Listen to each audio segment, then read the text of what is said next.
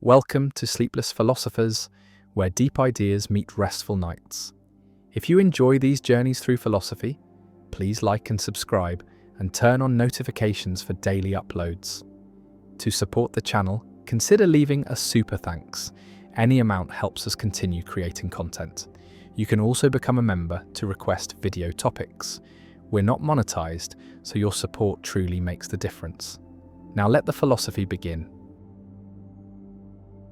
The omniscience paradox. Can God know what it's like to not know everything? A theologian declares that God is omniscient, all-knowing, possessing complete and perfect knowledge of everything that can be known. Every fact, every truth, every possibility, past, present, and future. And this claim seems straightforward, seems like a natural attribute of a perfect being, and yet a puzzle emerges when we consider what omniscience includes, whether it encompasses not just propositional knowledge, facts that can be stated as true or false, but also experiential knowledge.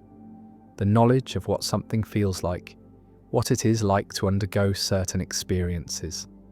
And the paradox asks whether God knows what it is like to not know something, whether God understands the experience of ignorance, confusion, discovery, learning, and if God does know what ignorance feels like, then God must have experienced ignorance. But if God has experienced ignorance, then God was not always omniscient.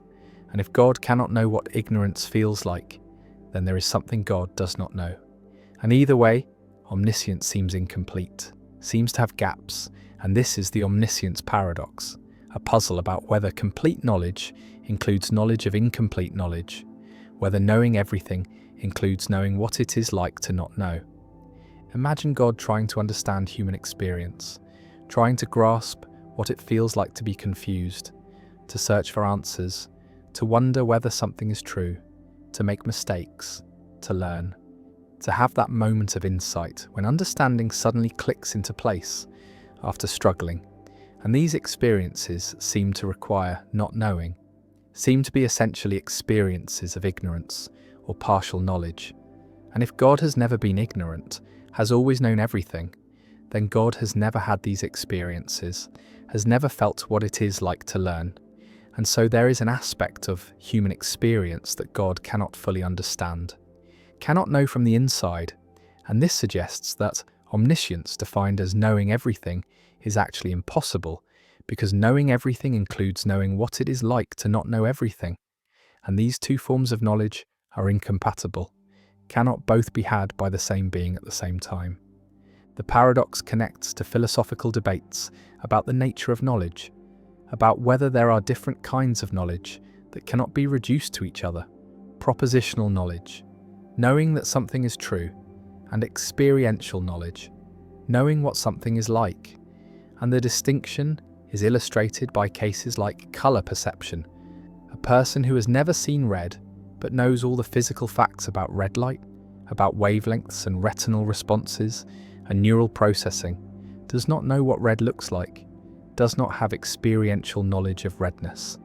And when they see red for the first time, they learn something new. And this suggests that experiential knowledge is distinct from propositional knowledge, cannot be obtained just by knowing facts.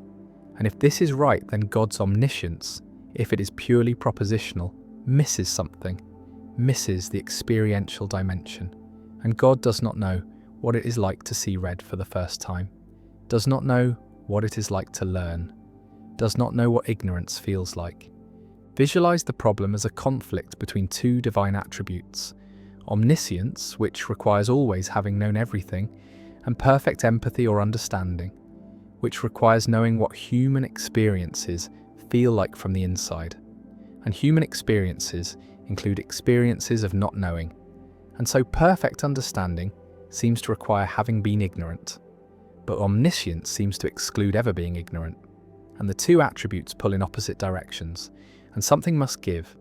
Either God is not omniscient in the full experiential sense, or God does not fully understand human experience, or the distinction between propositional and experiential knowledge is mistaken, and God can know what ignorance feels like without ever being ignorant, through some superior form of knowledge that encompasses both facts and feelings. One theological response is to argue that God's knowledge is sui generis, is of a different kind than human knowledge, and God knows what ignorance is like, not by experiencing it, but by knowing its nature completely, by understanding all its causes and effects and phenomenal properties, and this understanding is so complete that it counts as knowing what ignorance is like, even though God has never been ignorant. And this response tries to bridge the gap between propositional and experiential knowledge, tries to say that sufficiently complete propositional knowledge includes experiential knowledge, but critics argue that this misses the point, that no amount of knowing facts about an experience captures what the experience is like, that there is an irreducible, subjective aspect that can only be known by having the experience, and so God's propositional knowledge, however complete, does not include experiential knowledge of ignorance. Another response is to embrace kenosis, the theological idea that God voluntarily limits divine attributes. And this view says that God can and does experience ignorance, that in becoming incarnate, in taking human form as Christ, God experienced human limitations, including not knowing things. And the gospel accounts support this, showing Jesus learning, growing in wisdom, not knowing when the end times would come.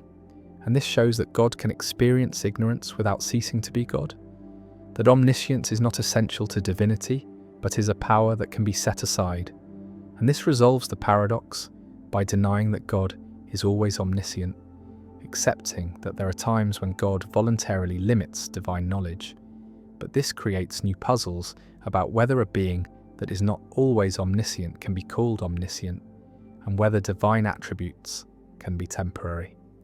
A third response distinguishes between different kinds of ignorance, between merely not knowing a fact which God never experiences, and the phenomenology of searching for knowledge, the feeling of curiosity and discovery, which God might be able to simulate or understand through analogical reasoning, and God knows what it would be like to be in a state of ignorance, even though God is never actually in such a state.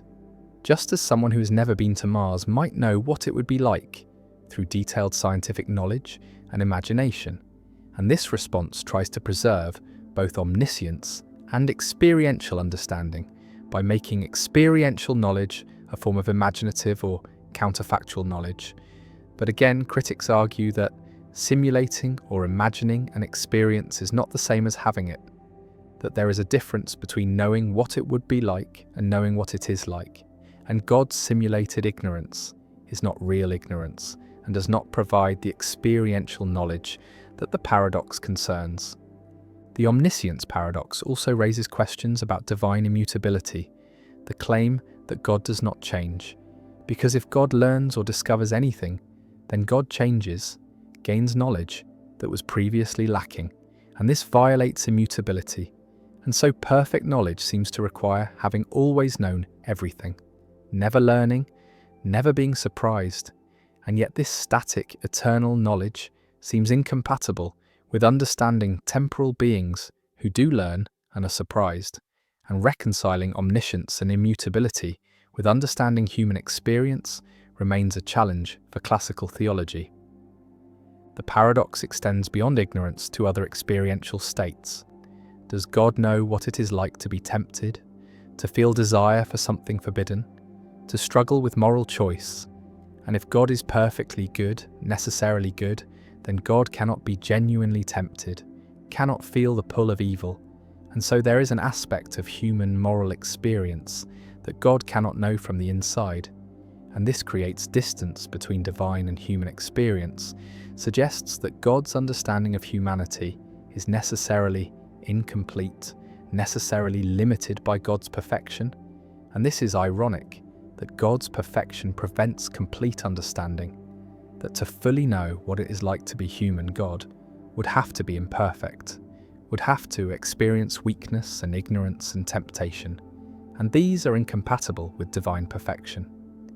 Some theologians embrace this limitation, argue that God's knowledge is perfect for a perfect being, but does not include the experiential knowledge of imperfection. And this is not a defect but a feature, a reflection of God's nature. And just as we do not think a perfect circle is defective because it is not a square, we should not think God is defective because God does not know what ignorance feels like, because such knowledge is incompatible with perfection. And the paradox assumes that all knowledge is good and more knowledge is always better. But perhaps some kinds of knowledge are only available through imperfection, and lacking them is not a limitation but a consequence of being perfect. Others reject omniscience entirely, argue that it is an incoherent concept, that complete knowledge is impossible, that there are always things that cannot be known, experiential states that require imperfection, future free choices that are not yet determined, logical truths that exceed any finite or infinite mind's capacity to grasp all at once. And if omniscience is impossible, then God is not omniscient, but this does not diminish God, does not make God less than perfect, because perfection means having all attributes that it is possible to have, not having impossible attributes. And omniscience, like omnipotence, when examined carefully, turns out to be impossible. And so God is not omniscient, but maximally knowledgeable, knows everything that can be known, and this is sufficient for divinity. God stands outside time, knowing all facts, all truths, all possibilities, and yet there is a gap, an experiential gap. God does not know what it feels like to search, to wonder, to be wrong, to learn. And whether this gap is a limitation or a feature remains contested, and the omniscience paradox persists, challenging the coherence of divine attributes, forcing clarification of what knowledge means, what kinds of knowledge exist, and whether complete knowledge is even possible. And the paradox remains unresolved, a permanent fixture in philosophy of religion, a reminder that even the most basic divine attributes, even the claim that God knows everything, conceal complexities and contradictions that philosophy continues to explore. The paradox of the court, when a student's promise becomes impossible to keep. An ancient story tells of a law teacher named Protagoras and his student Euathlus, and they make an agreement. The student is too poor to pay tuition up front, and so they agree that the student will pay the teacher after winning his first court case, and the teacher provides instruction, teaches the student rhetoric and law and argumentation, and the student completes his training, becomes skilled in legal reasoning, but then the student never takes a case, never appears in court, never wins anything, and years pass and the teacher has not been paid, and finally the teacher sues the student, takes him to court to demand payment. And now the paradox emerges because the case creates a logical impossibility, a situation where no judgment can be coherent, where the law contradicts itself. And this is the paradox of the court, also called Protagoras' paradox, a puzzle about legal reasoning, contracts, and self-reference that has no satisfactory solution. Imagine the trial. The teacher presents his case, arguing first that if he wins the lawsuit, then the court will order the student to pay, and the student will be legally obligated to pay the agreed tuition. And second, that if he loses the lawsuit, then the student has won his first case. And according to the original agreement, the student must pay after winning his first case. And so, either way, the student must pay, whether the court rules for the teacher or for the student. The contract ensures payment, and this argument seems impeccable, seems to show that the student cannot avoid payment, that filing the lawsuit was a clever move, that forces the student into a position where any outcome requires payment. But now the student, trained in rhetoric by the teacher himself, presents a counter-argument of equal force, arguing first that if he wins the lawsuit, then the court will rule in his favour, and he will not be legally obligated to pay, and second, that if he loses the lawsuit, then he has not won his first case. And according to the original agreement, he only pays after winning his first case. And so either way, he does not have to pay. Whether the court rules for him or against him, the contract protects him from payment. And this argument also seems impeccable, seems to show that the student cannot be forced to pay, that the lawsuit was a mistake that creates a situation where no outcome requires payment. Visualize the judge sitting in court, listening to both arguments, recognizing that both are logically valid, Both follow from the premises, both reach opposite conclusions, and the judge must render a verdict, must decide whether the student pays or does not pay. But any decision seems arbitrary, seems to violate logic, because if the judge rules for the teacher, then the student wins his first case and does not have to pay according to the contract. And if the judge rules for the student, then the student loses and does have to pay according to the contract. And so, the judge's decision determines the opposite of what it declares, creates a self-contradicting outcome, and the law becomes incoherent, and the case cannot be decided without paradox. The paradox reveals a problem with self-referential contracts, contracts whose terms depend on the outcome of litigation about those very terms, because such contracts create loops, create situations where the contract's fulfillment depends on whether the contract is enforced, and whether it is enforced depends on whether it is fulfilled.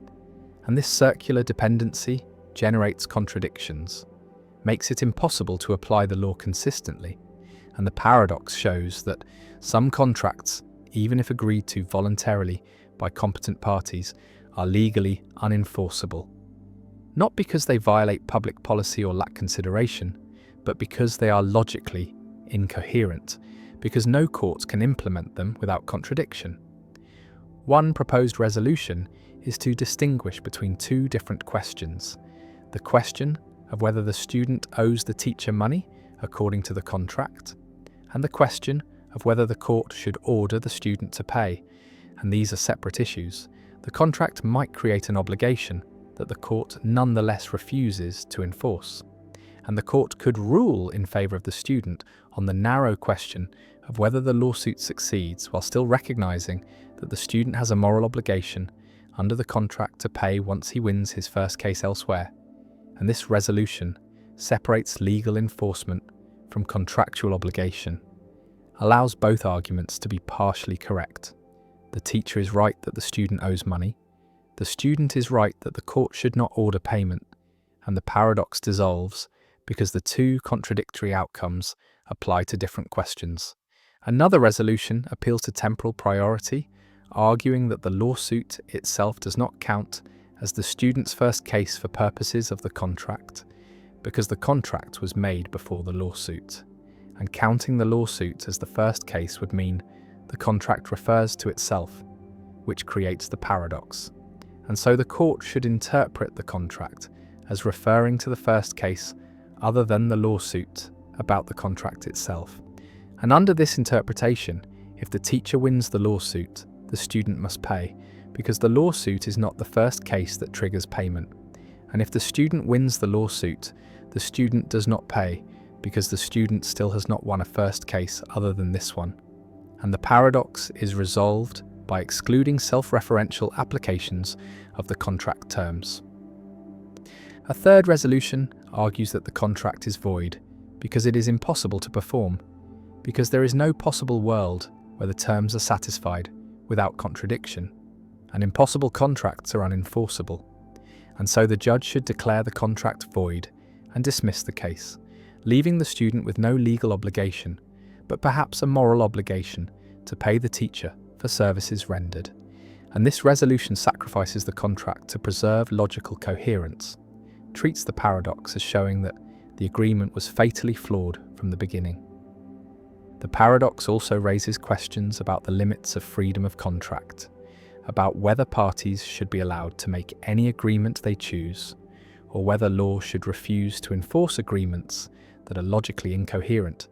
And most legal systems recognize some limits, refuse to enforce contracts that are impossible, illegal, or against public policy, and the paradox of the court suggests adding logical coherence as another limit, another requirement for enforceability.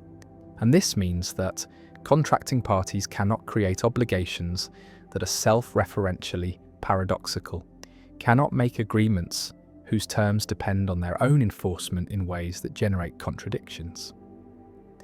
The paradox has modern analogues in cases involving conditional gifts and trusts, where someone leaves property to another person on condition that the recipient perform some act. And if the act is defined in terms of legal outcomes about the gift itself, then paradoxes can arise, similar to the ancient case of the teacher and student, and courts have developed various doctrines to handle these cases, generally interpreting conditions to avoid self-reference, to prevent the kind of logical loops that the paradox of the court exemplifies.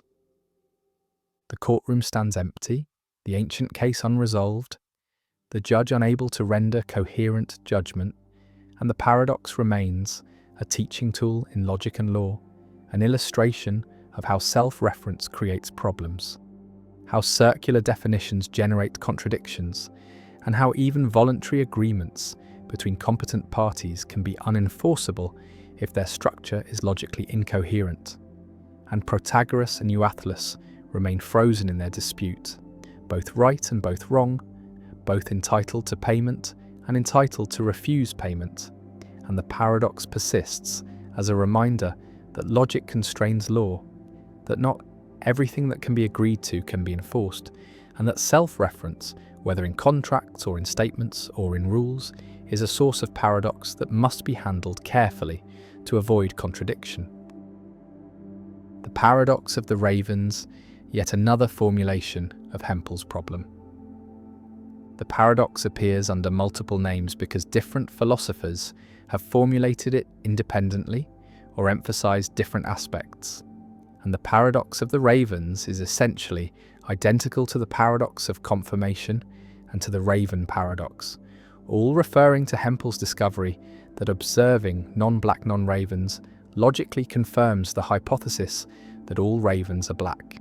And this formulation emphasizes the ravens themselves, emphasizes that the hypothesis is about a specific class of objects, ravens, and yet evidence can come from observing completely different objects, apples and shoes and clouds, and the paradoxical nature lies in this disconnect between what the hypothesis is about and what confirms it, between the subject matter and the evidence, and calling it the paradox of the ravens highlights this strange relationship, makes explicit that ravens are the subject of the hypothesis, but need not be the subject of confirming observations.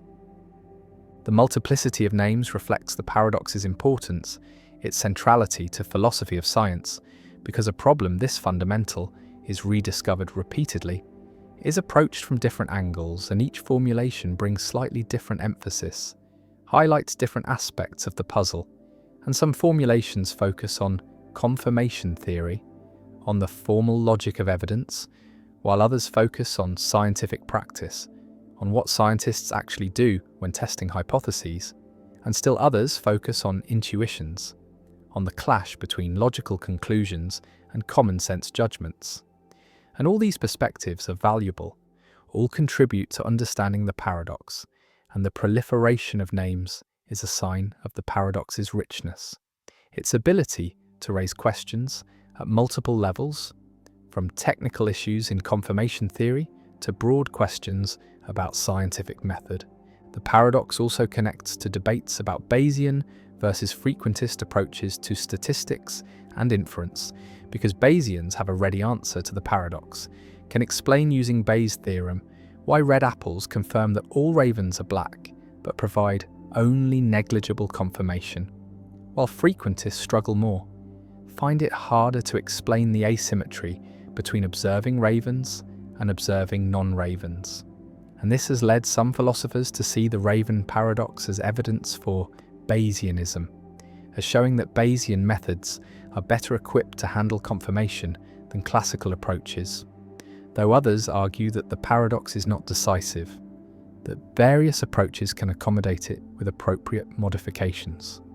The paradox remains a standard topic in philosophy curricula, a problem that every student encounters, and despite its age, despite being formulated in the 1940s, it continues to generate discussion, continues to appear in new papers and books, because it is simple enough to explain quickly, deep enough to sustain extended analysis, and challenging enough that no solution is universally accepted.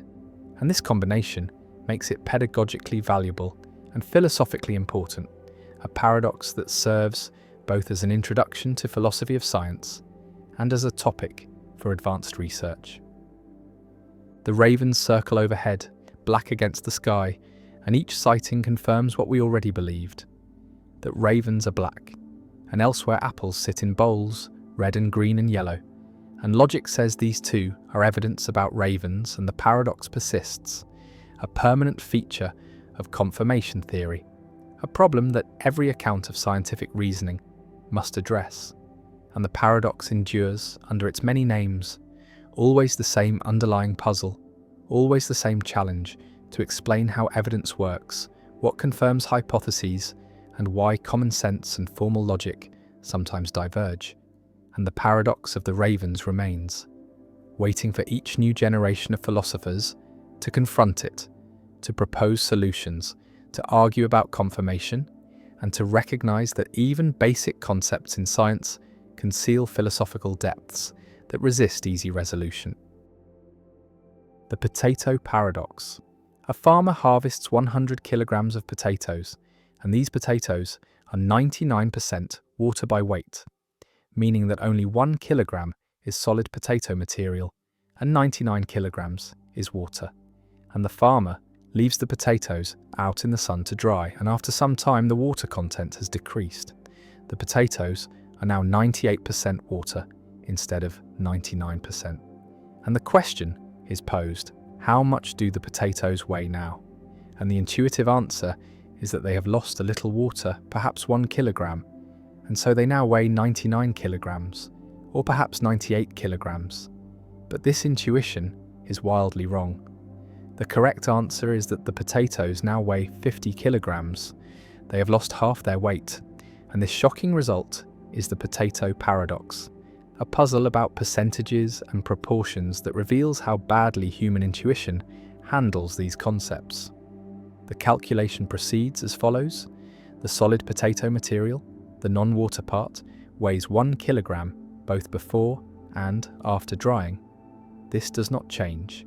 The potatoes lose water but not solid material. And before drying, this 1 kilogram of solid material represents 1% of the total weight, because the potatoes are 99% water and 1% solid. And after drying, this same 1 kilogram of solid material must represent 2% of the total weight, because the potatoes are now 98% water and therefore 2% solid. And if 1 kilogram is 2% of the total weight, then the total weight must be 50 kilograms, because 1 kilogram divided by 2% equals 50 kilograms. And so the potatoes have lost 50 kilograms of water, going from 100 kilograms to 50 kilograms, even though the percentage of water has decreased by only 1 percentage point, from 99% to 98%. The paradox reveals how deceptive percentages can be, how a small change in percentage can correspond to a large change in absolute quantity, and the confusion arises from conflating different reference points. The percentage of water is calculated relative to the total weight, which itself changes as water is lost. And so the meaning of 99% water before drying is different from the meaning of 98% water after drying, because the total weight is different. And this shifting reference point makes the percentage decrease seem small when in fact it corresponds to a massive, absolute loss of water. Another way to see the solution is to focus on the solid material. Before drying, the ratio of water to solid is 99:1, and after drying the ratio is 98:2, which simplifies to 49:1. And since the solid material remains 1 kilogram throughout, the water content must be 49 kilograms after drying, giving a total weight of 50 kilograms. And this calculation makes clear that the ratio of water to solid has nearly halved, from 99 parts water per part solid to 49 parts water per part solid. And this large change in ratio corresponds to the loss of half the total weight. The potato paradox has analogues in many real-world contexts where percentages and proportions are used. In economics, where small percentage changes in large quantities can represent enormous absolute changes. In medicine, where changes in concentrations or doses must be carefully calculated to avoid errors.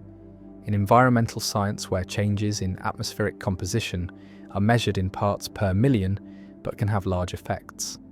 And in all these contexts, the potato paradox serves as a warning that percentage changes can be misleading, that absolute quantities matter, and that careful calculation is necessary to avoid errors. The paradox also illustrates a general principle about proportions, that when the total changes, percentages relative to that total change in non-obvious ways, and that converting between percentages and absolute quantities requires attention to what the percentage is calculated relative to, and failure to track the denominator, failure to notice that the reference point is shifting, leads to systematic errors in reasoning, errors that the potato paradox exemplifies. Some people respond to the potato paradox by rejecting the premise, by arguing that potatoes cannot go from 99% water to 98% water by drying, that the numbers are unrealistic, but this response misses the point.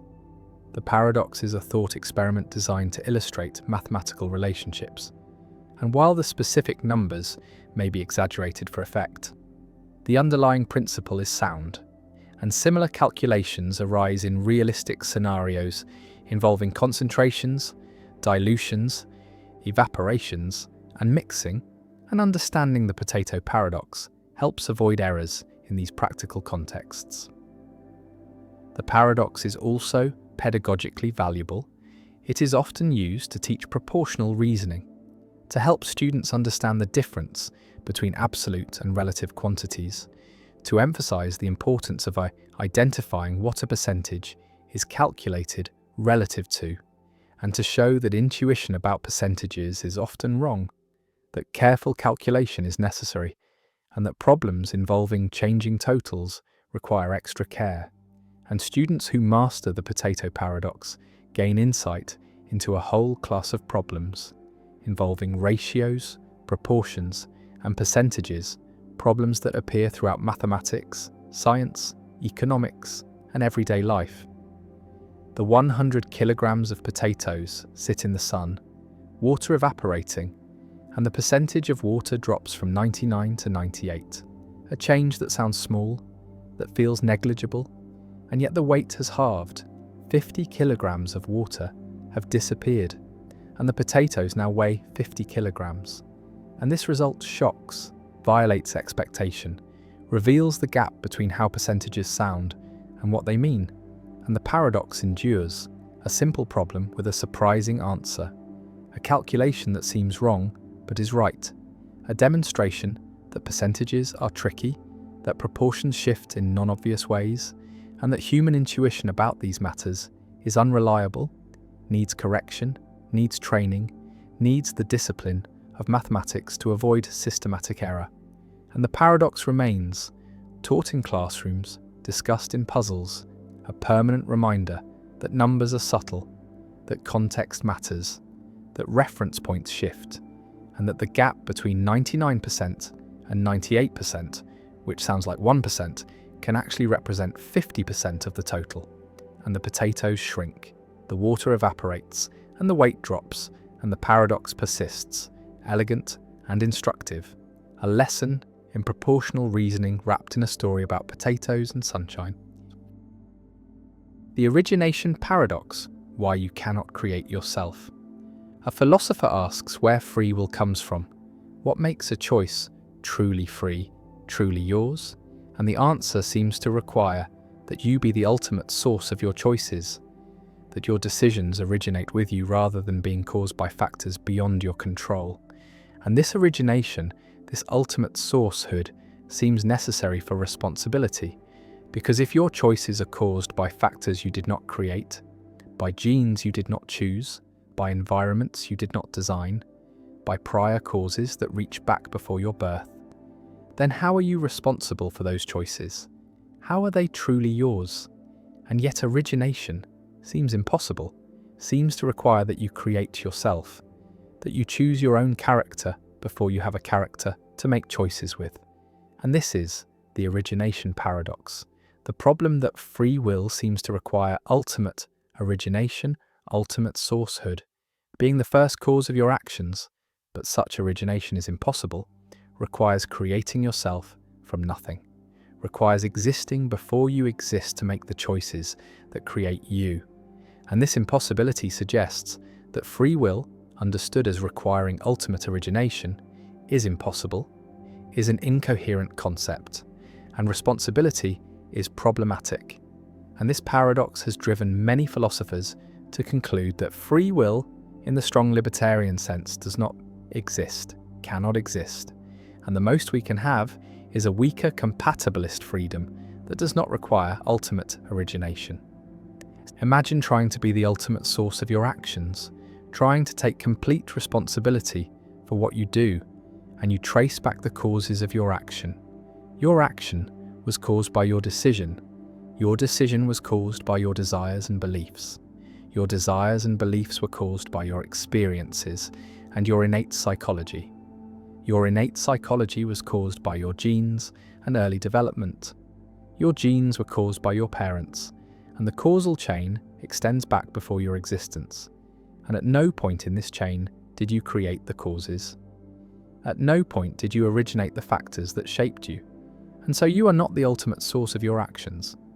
You are a link in a causal chain that extends beyond you.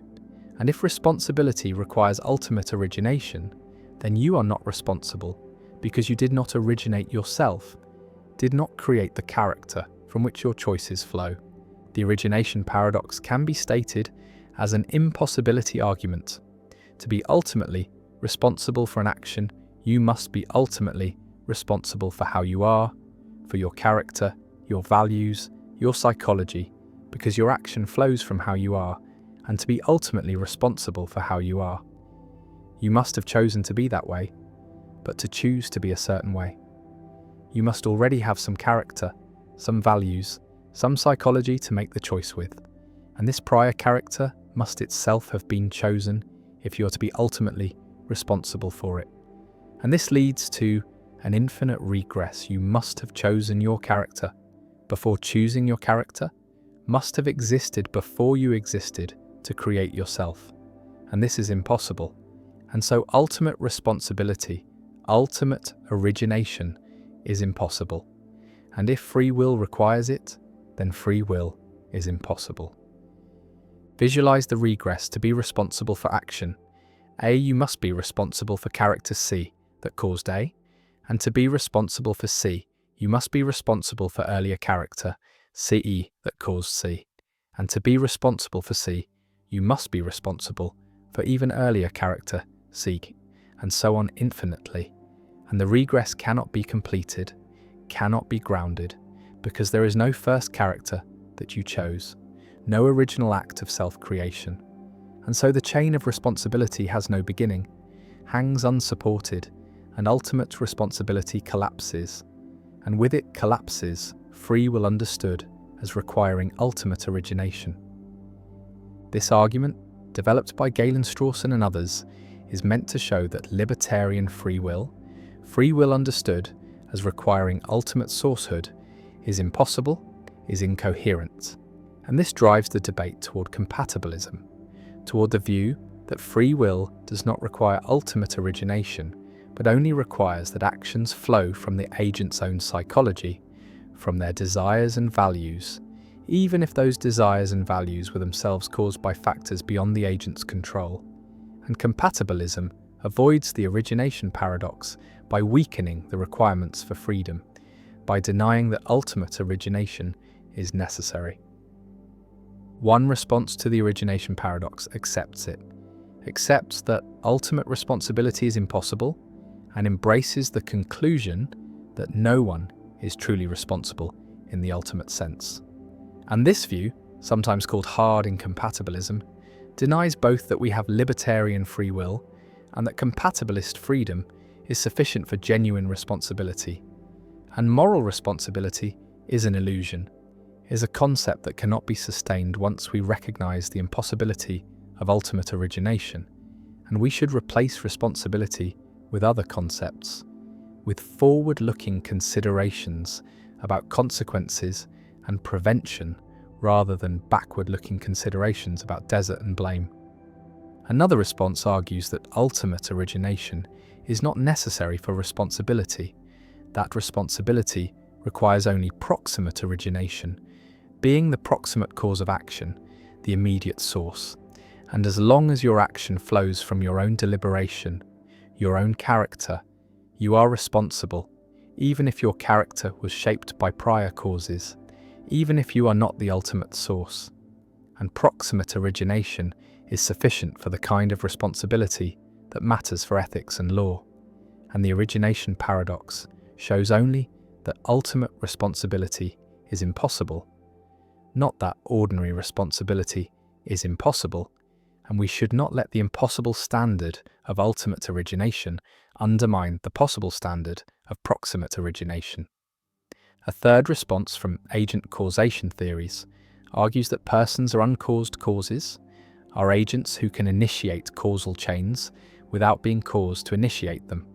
And agent causation is a special kind of causation, different from event causation, where events cause events and agents, as substances have the power to cause events without being caused to exercise that power. And this avoids the regress because the agent does not need to cause themselves, does not need prior character to act, but can act directly as an uncaused cause. And this preserves ultimate origination by making agents first causes. But critics argue that agent causation is mysterious, unexplained, involves a kind of causation that seems inconsistent with naturalism, seems like magic, and the theory creates more problems than it solves. The origination paradox also connects to debates about moral luck, about whether we can be responsible for factors beyond our control, because the paradox shows that if we trace back far enough, everything is beyond our control, everything is luck, is the product of factors we did not choose, and if we cannot be responsible for luck, then we cannot be responsible for anything. And this conclusion, while following from the paradox, seems too extreme, seems to eliminate responsibility entirely. And this drives some philosophers to accept moral luck, to accept that we can be responsible for actions that depend on factors beyond our control. That responsibility does not require eliminating luck, but only requires certain kinds of control, certain kinds of connection between agent and action. The philosopher asks where you came from, how you became the person you are, and the answer traces back through causes, through genes and upbringing and choices and experiences, and none of these origins were ultimately under your control. None were self-created, and so you are not self-caused, are not self-created, are not the ultimate origination of yourself.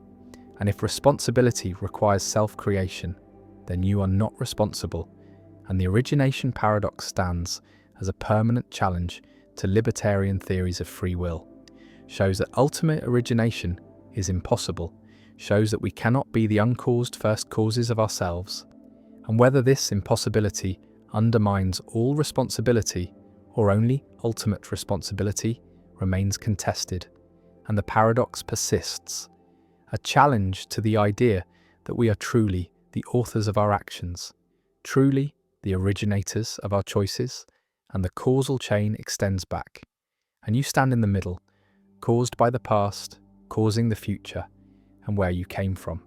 Who created you? The answer is no one.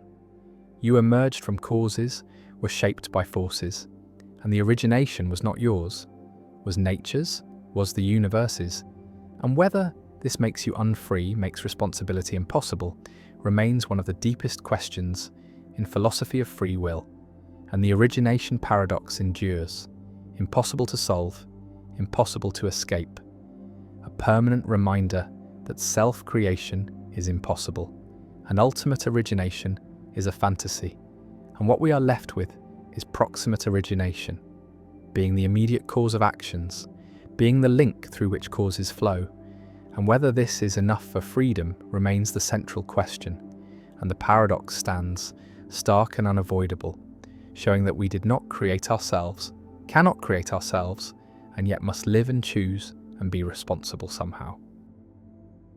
The phantom limb. Paradox, why missing body parts still feel present. A soldier loses an arm in combat. The limb is amputated, no longer exists, no longer is connected to the body, and yet the soldier feels the arm, feels it present, feels sensations in fingers that are not there, feels the arm moving, feels it itching, feels pain in the missing hand. And this sensation is vivid, is compelling, is indistinguishable from sensations in real limbs. And this is the phantom limb phenomenon experienced by the vast majority of amputees, where missing body parts continue to be felt, continue to be represented in consciousness. And the paradox is that the brain maintains a representation of a limb that no longer exists, continues to generate sensations attributed to that limb, continues to include it in the body schema, despite clear evidence from vision and from direct inspection that the limb is absent. And this persistence reveals something deep about how the brain constructs body representations, shows that body schemas are not simply reflections of current physical structure, but are neural constructs that can outlive the body parts they represent. And phantom limbs demonstrate that the sense of embodiment is generated centrally, is maintained by brain processes that do not require peripheral input. And the phenomenon raises questions about the relationship between body and brain, about how sensations are localized, about what it means for a body part to be yours when that part no longer exists. Imagine the experience from the inside. You lost your hand months ago. The physical hand is gone, and yet you feel it. Feel the fingers, can feel yourself making a fist, opening the hand, moving fingers that are not there. And these phantom movements feel exactly like real movements, involve the same motor intentions, the same kinesthetic sensations. And sometimes the phantom hand is in uncomfortable positions, cramped or twisted, and you cannot move it, cannot relieve the discomfort. And this frozen phantom is intensely frustrating, is painful, because you feel the limb but cannot control it, cannot adjust it. And the pain is real, is neurological, is generated by the brain but is felt as coming from the missing hand. And this localization is puzzling because there is no hand, no physical location where the sensations could be occurring. And yet the sensations are localized there, are felt as arising from a specific spatial location that happens to be empty. The phantom limb phenomenon reveals that body representations are maintained in the somatosensory cortex, in the motor cortex, in the parietal lobe, and these representations do not simply disappear when a limb is removed, do not automatically update to reflect the new body configuration, and instead the neural circuitry that represented the limb continues to be active, continues to generate activity patterns that are interpreted as sensations in the missing limb, and this persistent activity is what creates phantom sensations, is what maintains the feeling of presence and understanding.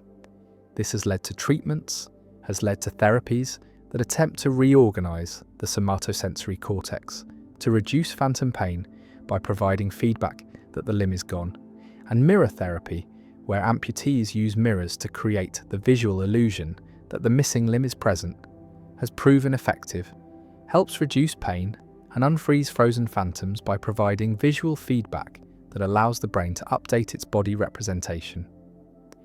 Visualize the somatosensory cortex as containing a map of the body, a homunculus where different regions represent different body parts, and this map is established during development, is maintained throughout life, and when a limb is amputated, the corresponding region of cortex does not simply go silent, does not become inactive, and instead neighbouring regions begin to invade, begin to colonize the deferented cortex, and inputs from the face or from the remaining arm begin to activate what was formerly hand cortex. And this reorganization is rapid, occurs within weeks and creates strange effects. Touching the face can produce sensations in the phantom hand, stroking the cheek can feel like stroking the missing fingers, and this shows that the cortical representation has been invaded, that face inputs now activate hand cortex, and the sensations are still localized to the phantom because the activity occurs in hand cortex, and the brain interprets activity in hand cortex as indicating sensations in the hand regardless of the actual source of the activity. The phantom limb paradox challenges the idea that sensations are simply caused by peripheral stimulation, shows that sensations can be generated centrally, can arise from brain activity without corresponding peripheral events.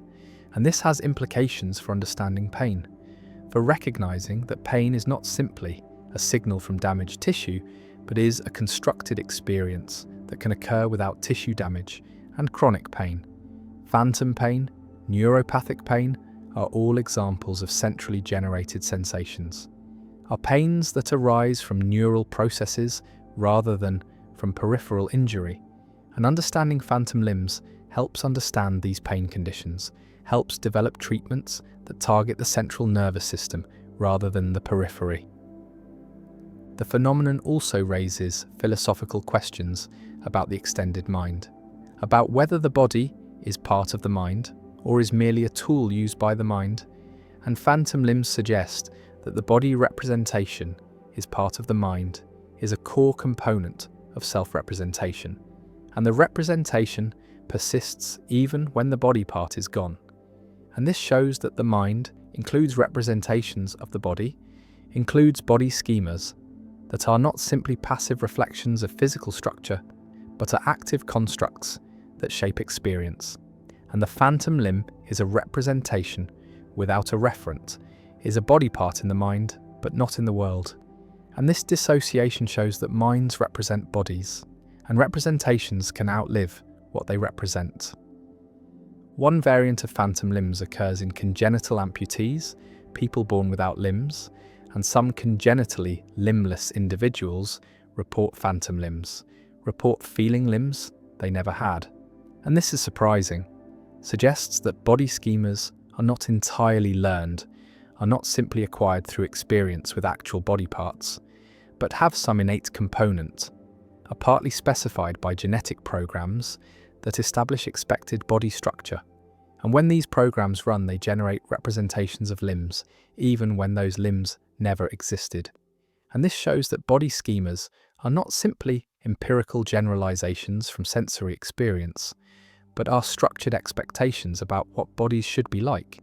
And the brain generates these representations even in the absence of corresponding body parts. Another implication concerns prosthetics, because if phantom limbs persist, if amputees continue to feel missing limbs, then prosthetics should be designed to interface with these phantom sensations, should provide feedback that is integrated with the phantom, and neuroprosthetics that read motor intentions from the brain or from remaining nerves can be controlled by the phantom, can allow amputees to move prosthetic limbs by moving their phantom limbs. And this creates a seamless interface, allows natural control, and the phantom limb, rather than being a problem, becomes a solution, becomes the interface between brain and prosthetic. And understanding phantoms has been crucial for developing advanced prosthetics that feel natural, that are experienced as extensions of the body rather than as external tools. The phantom also appears in other contexts: phantom breasts after mastectomy, phantom genitalia after surgery, phantom teeth after extraction, and all these phantoms reflect the same underlying mechanism, the persistence of neural representations after the represented body parts are removed. And the generality of the phenomenon shows that it is not specific to limbs, but applies to any body part. And body schemas for all body parts can persist as phantoms. And this universality suggests that phantoms reveal a general principle about how brains construct body representations, how these representations are maintained centrally, and how they can become dissociated from physical reality. The amputee feels the hand, phantom fingers that are not there, phantom movements that cannot occur, phantom pain in a location that does not exist, and the paradox persists. The brain maintains a representation despite the absence of the represented, and phantom limbs reveal that bodies are represented in brains, that these representations are stable, are resistant to updating, are constructed during development and maintained throughout life, and removal of body parts does not remove their representations, and the phantom remains, felt but not present, localized but not located, moving but motionless. And the paradox endures as one of the most striking phenomena in neuroscience, a demonstration that consciousness includes representations that can outlive their reference, that sensations can be generated centrally without peripheral causes, and that the body we feel is not simply the body we have, but is the body the brain represents. And sometimes these diverge and phantoms emerge, ghostly presences of absent limbs, and the phenomenon persists. The paradox of tolerance, when being open-minded means destroying open-mindedness. A liberal society values tolerance, values the freedom to believe different things, to practice different religions, to hold different political views, to live in different ways. And this tolerance is seen as a virtue, as essential to freedom and democracy, as the foundation of peaceful coexistence in diverse societies. And the principle seems clear. We should tolerate all views and practices, should allow maximum freedom, should not suppress beliefs or ways of life just because we disagree with them.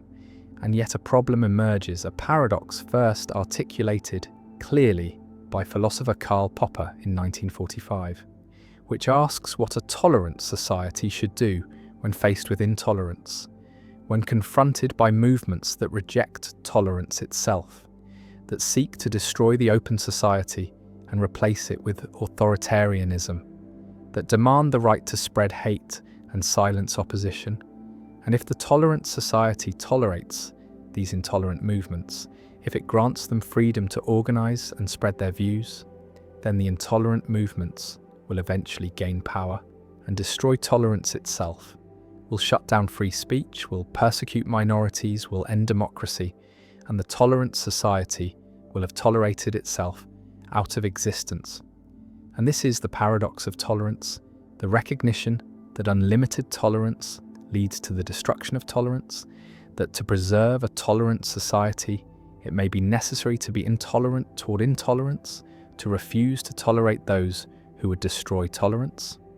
Imagine a democracy where free speech is protected, where all political views are allowed, where movements can organize and campaign and attempt to win power through elections. And now, imagine a fascist movement that explicitly rejects democracy, that promises to seize power and end elections and establish dictatorship. And this movement uses the freedoms of the democratic system to grow, uses free speech to spread propaganda, uses freedom of assembly to recruit followers, uses democratic procedures to gain seats in parliament, and at each stage the democratic society faces a choice. Do we tolerate this movement? Do we allow it to continue operating within the system, even though its goal is to destroy the system? Or do we suppress it? Do we ban the movement, arrest its leaders, prevent it from spreading its message? And if we suppress it, are we betraying our own principles? Are we becoming intolerant ourselves? And if we do not suppress it, are we complicit in our own destruction? Are we naive? Are we allowing democracy to commit suicide? Popper's answer was that we should not tolerate the intolerant, that tolerance is not a suicide pact, that a society that wishes to remain tolerant must be willing to defend itself against movements that seek to destroy tolerance, and this means that tolerance has limits, that it does not extend to those who would abuse it to eliminate tolerance. And Popper acknowledged that this is paradoxical, that the tolerant society must practice intolerance, must suppress certain views, must limit freedom in order to preserve freedom. But he argued that this is necessary, that the alternative is the death of tolerance, and history supports this. Societies that tolerated fascist movements in the 1920s and 1930s saw those movements seize power and establish brutal dictatorships. And the lesson is that tolerance must be defended, that it cannot be absolute, that there are views and movements that cannot be accommodated within a free society because their goal is to end freedom. But this creates difficult questions about where to draw the line, about which views count as intolerably intolerant, about who decides, about what methods of suppression are legitimate. Because if we ban every movement that seems threatening, if we suppress every view that makes us uncomfortable, then we are no longer a tolerant society. We have become the oppressors. We have done the work of the intolerant for them. And so the paradox is not fully resolved by saying we should not tolerate intolerance, because we need principles to determine what counts as intolerance. What level of threat justifies suppression, and whether suppression means banning speech, banning organizations, arresting people, or merely refusing to engage, refusing to give platforms, refusing to treat intolerant views as legitimate options in public debate. Visualize a spectrum of intolerance. On one end are views that are merely offensive or unpopular, views that challenge prevailing norms, views that make some people uncomfortable. And these views, even if we find them objectionable, should be tolerated in a free society, should be allowed to be expressed and debated, because tolerance means accepting that people will hold views we dislike. And suppressing offensive views is censorship, is the tyranny of the majority, is the opposite of the tolerance we claim to value. And on the other end of the spectrum are movements that actively seek to destroy democratic institutions, that incite violence, that organize to strip rights from minorities, that threaten the basic conditions of a free society. And these movements, Popper argues, need not be tolerated, can be suppressed to protect the tolerant society. But the middle of the spectrum is murky, filled with cases where reasonable people disagree about whether a movement or view crosses the line. And this is where the paradox bites hardest, where we must make judgments without clear rules, where any decision risks either tolerating too much and allowing intolerance to grow, or suppressing too much and becoming intolerant ourselves. Some philosophers argue that the paradox can be resolved through procedural rules, through formal commitments to democratic processes. A tolerant society tolerates all views that accept the democratic framework, that agree to compete peacefully for power, that accept the results of elections and respect the rights of others. But it does not tolerate movements that reject these procedures, that seek power through violence or intimidation, that refuse to accept electoral defeat. And this procedural approach provides a clear line. Tolerance extends to those who play by the rules, not to those who seek to overturn the rules.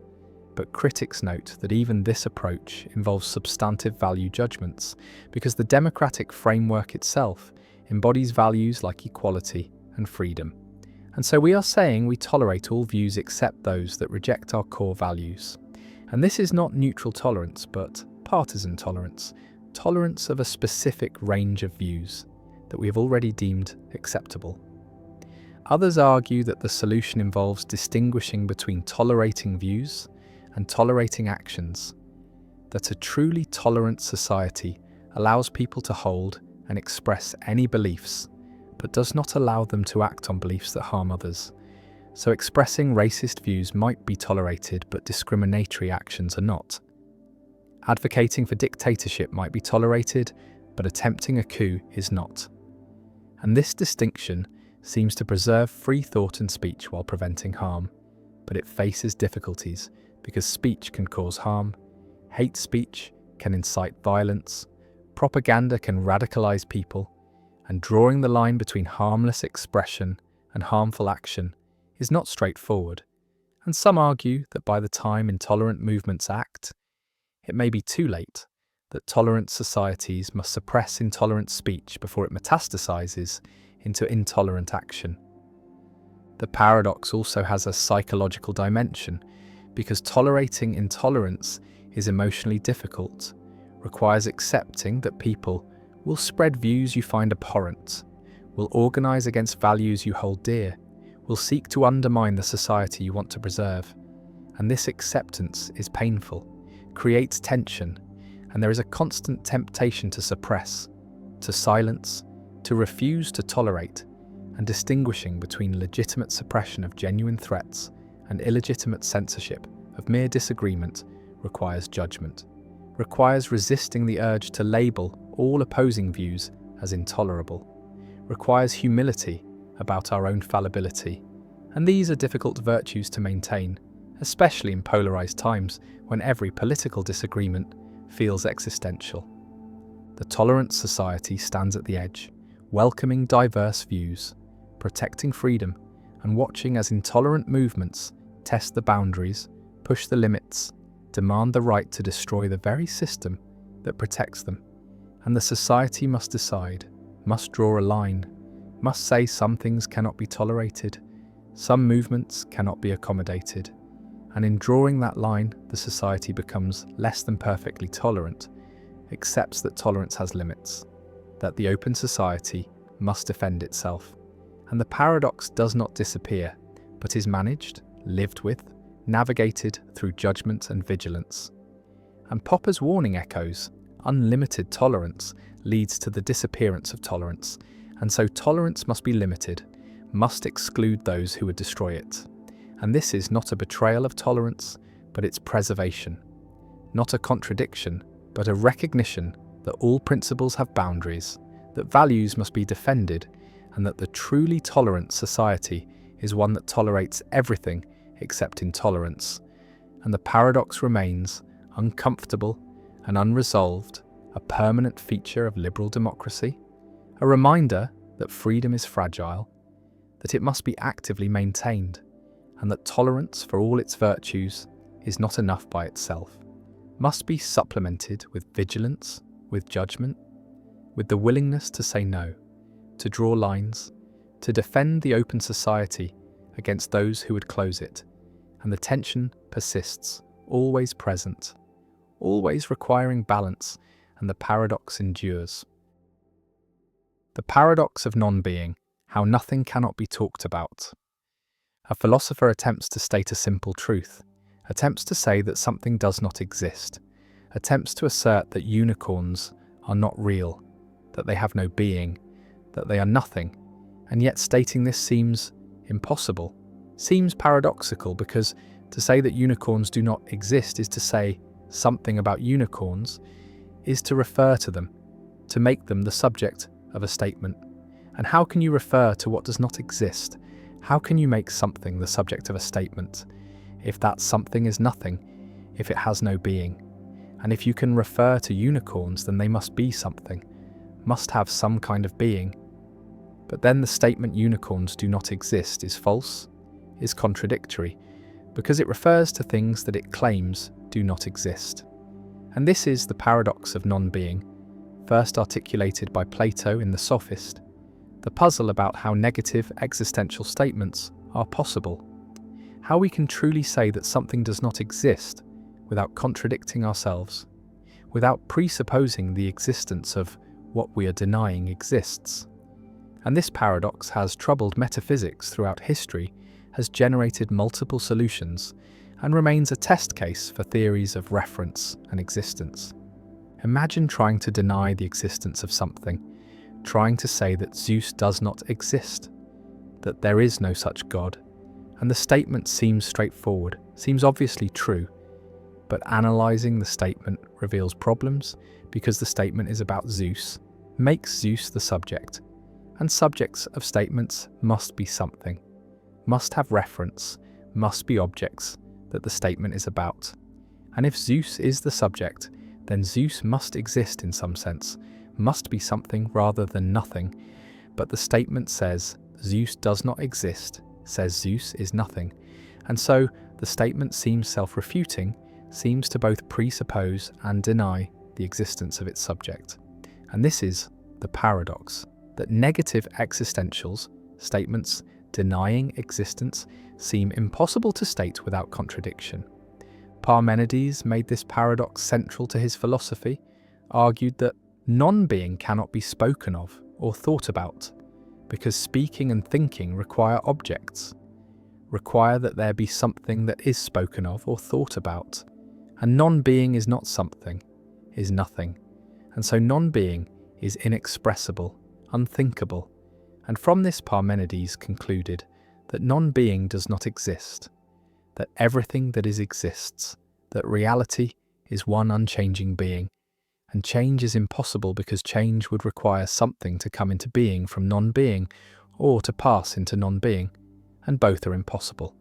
And this radical conclusion follows from taking the paradox of non-being seriously, from accepting that we cannot coherently speak of what does not exist. Visualize the paradox as a linguistic trap. When you say X does not exist, you seem to refer to X, and reference requires that X be something, and if X is something, then X exists. And so the statement is self-refuting, and yet negative existentials seem to be true, seem to be among the most basic truths. And we need to explain how they can be true without contradiction, how we can deny existence without presupposing it. And this requires a theory of reference that allows reference to non-existence, or that reinterprets negative existentials so they do not really refer to their apparent subjects. One solution proposed by Russell denies that names like Zeus refer to objects, analyzes them as disguised descriptions, and Zeus does not exist becomes, there is no unique object that has all the properties attributed to Zeus in mythology. And this existential statement does not refer to Zeus, does not presuppose any object, but simply denies that the description is satisfied. And this allows negative existentials to be true, without paradox, without reference to non-existence. And Russell's theory of descriptions has been widely adopted as solving the paradox, as showing that negative existentials do not actually have the logical form they appear to have, do not refer to their apparent subjects. Another solution from free logic distinguishes between existence and reference, allows that terms can refer without presupposing existence, and negative existentials are statements that deny existence while preserving reference, and this requires revising classical logic, requires allowing that some terms refer to nothing, are empty names, and statements containing empty names can still be meaningful, can still have truth values. And Zeus does not exist is true because Zeus is an empty name, refers to nothing, and the statement denies existence without presupposing it. And free logic has been developed extensively, provides formal semantics for empty names, and handles the paradox by liberalizing logic to allow reference without existence. A third solution, from Meinongian approaches, accepts that non-existent objects are real in a broad sense, have being even if they lack existence, and Zeus does not exist is true, because Zeus is a non-existent object, has being but lacks existence, and statements about Zeus refer to this non-existent object, and the paradox is dissolved because reference does not require existence, only requires being, and non-existent objects have being, have properties, can be subjects of true statements, and this solution preserves the intuition that negative existentials refer to their subjects, while denying that reference requires existence.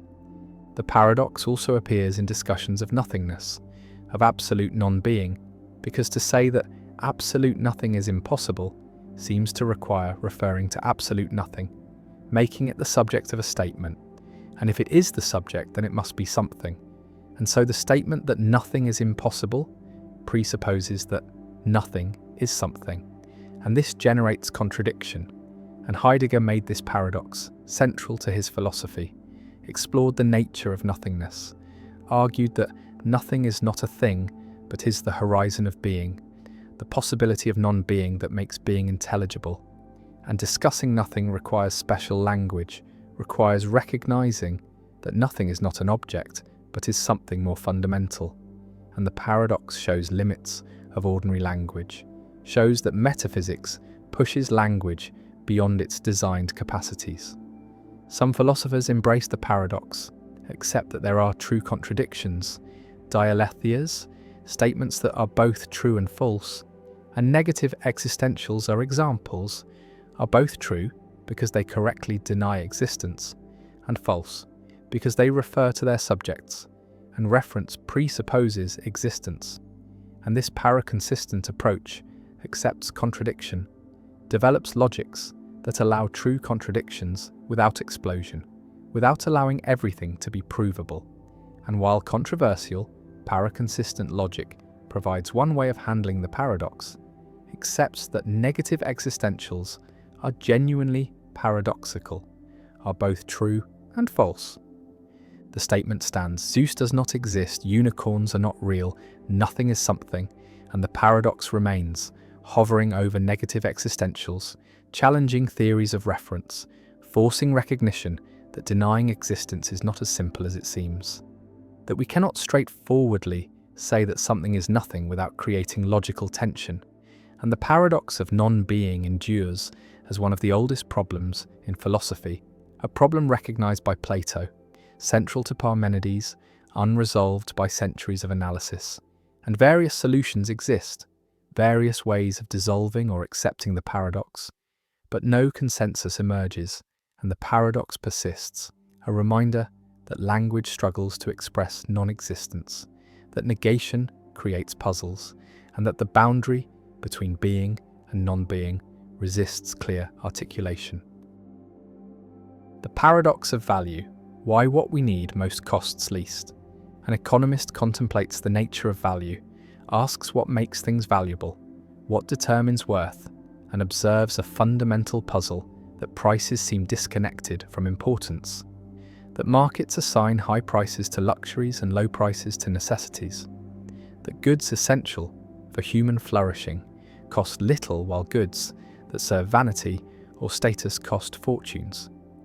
And this is the paradox of value, the broader version of the diamond water paradox, the puzzle that spans across all goods and services. And the paradox asks why healthcare is expensive, while entertainment is cheap in some places and the reverse in others. Why teachers are paid less than entertainers. Why life-saving drugs are affordable in some markets and unaffordable in others. Why the allocation of value by markets seems misaligned with human needs, with moral worth, with social importance. And this paradox has troubled economic thinking since ancient times, has been discussed by philosophers from Aristotle to Marx, and while modern economics offers explanations through supply and demand, through marginal utility, through market equilibrium, the paradox retains moral force, retains the sense that something is wrong, that prices should reflect importance, that markets fail to value correctly, and the paradox of value remains a central challenge for defending market allocation, for justifying price mechanisms, for explaining why efficient markets can produce what seem like perverse valuations. Imagine comparing different goods by their importance to human welfare. And air is essential, sustains life, is necessary for survival, cannot be done without for more than minutes. And yet air is free, has zero price, costs nothing. While gold is non-essential, serves no biological function, is desired only for decoration or a store of value, and yet gold is expensive, costs thousands per ounce, and this comparison illustrates the paradox, shows that necessity and price are inversely related, that the most needed goods are often cheapest and the least needed goods often expensive. And this pattern extends across many goods. Water is cheap, housing varies but is often expensive, healthcare is expensive in many places, education costs are rising, food prices are moderate, while luxuries like jewellery, sports cars, yachts, artwork, all command premium prices. And the pattern suggests that markets value incorrectly, value luxury over necessity, value status over survival. And this creates moral discomfort, creates the sense that market allocation is unjust, is misaligned with human values. The paradox of value demonstrates the tension between exchange value, what markets assign, and use value, what humans need.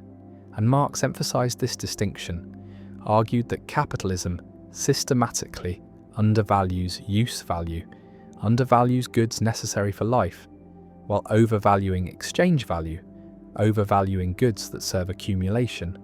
And this misalignment is not accidental, but is structural, is inherent in market systems that allocate based on willingness to pay rather than on need.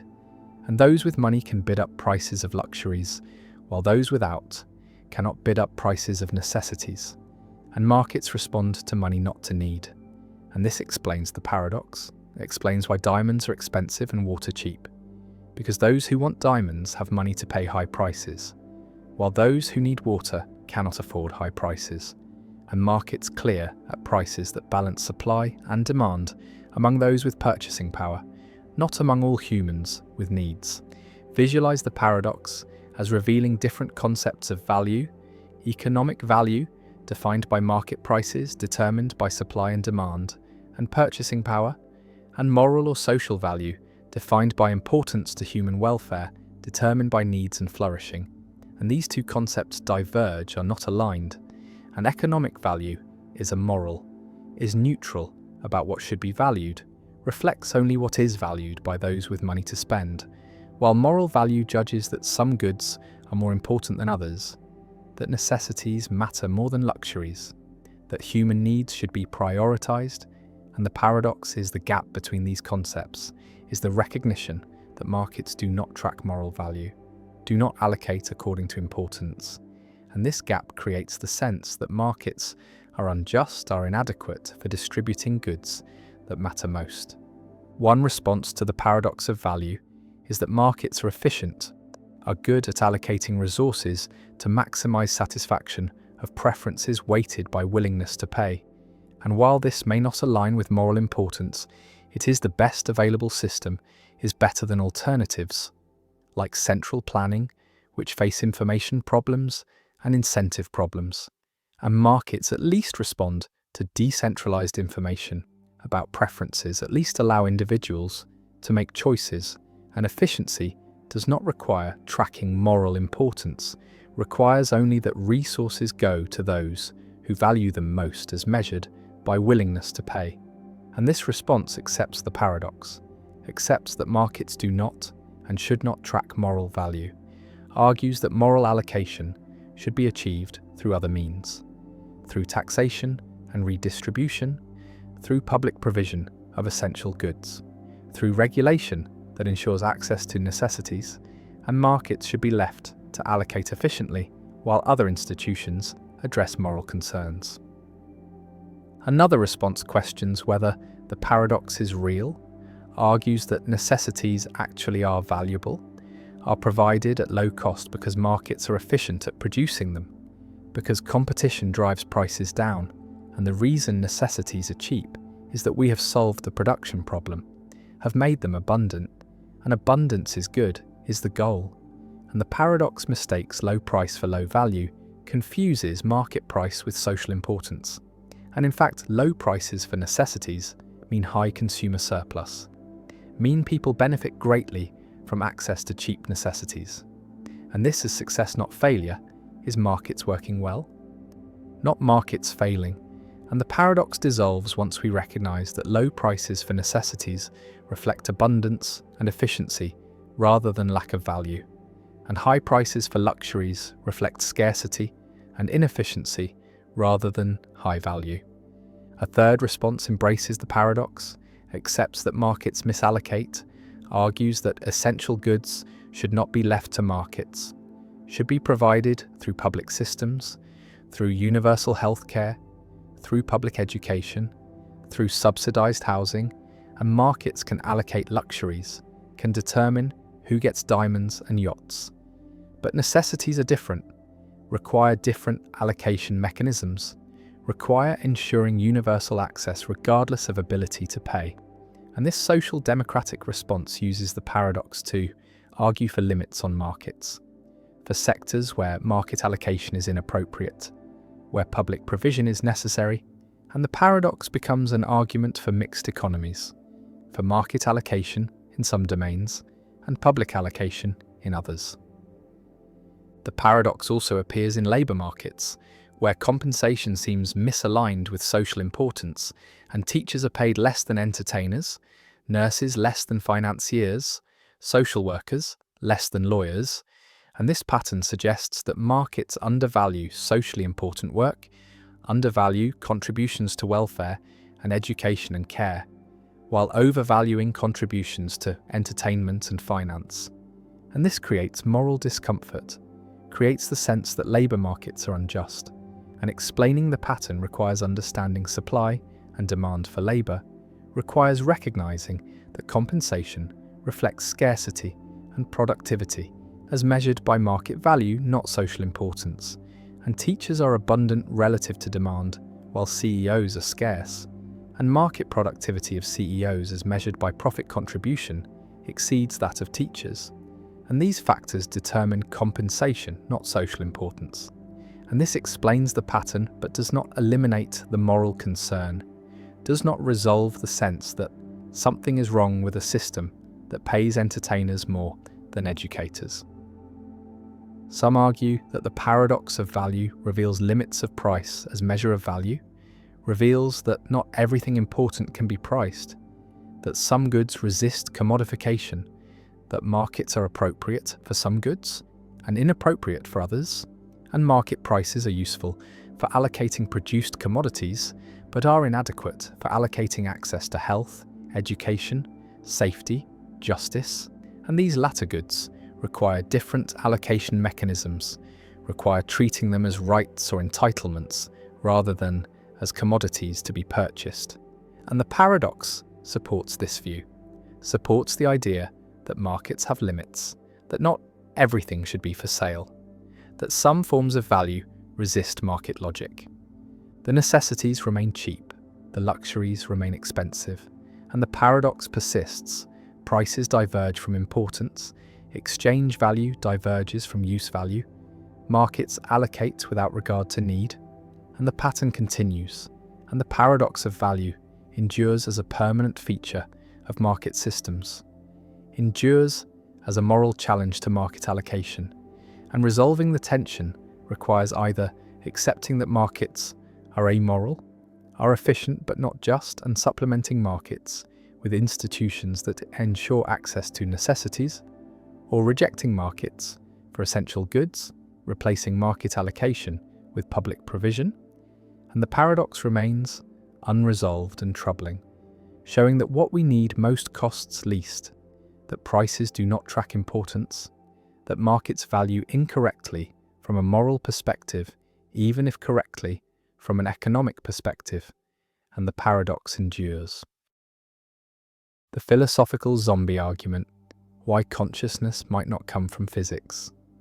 A creature walks among us that looks exactly like a human being, molecule for molecule identical, atom for atom the same, every neuron firing in the same patterns, every behavior perfectly matched.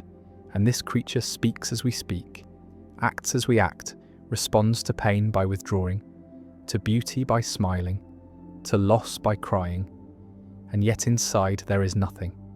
No subjective experience, no consciousness, no inner light, no feeling of what it is like to be this creature, and this being is called a philosophical zombie, or P-zombie, a thought experiment in philosophy of mind that challenges physicalism, challenges the view that consciousness is nothing more than physical processes, and the zombie argument asks us to imagine such creatures, to consider whether they are conceivable, and if they are conceivable, then they are metaphysically possible, and if they are possible, then consciousness cannot be identical to physical processes, cannot be reduced to brain states, because the zombie has all the physical processes but lacks consciousness. And this shows that consciousness is something extra, something additional to the physical, and this is the philosophical zombie argument, deployed by David Chalmers and others to defend property dualism, to argue that subjective experience is not reducible to objective physical facts, and the argument remains one of the most debated arguments in contemporary philosophy of mind.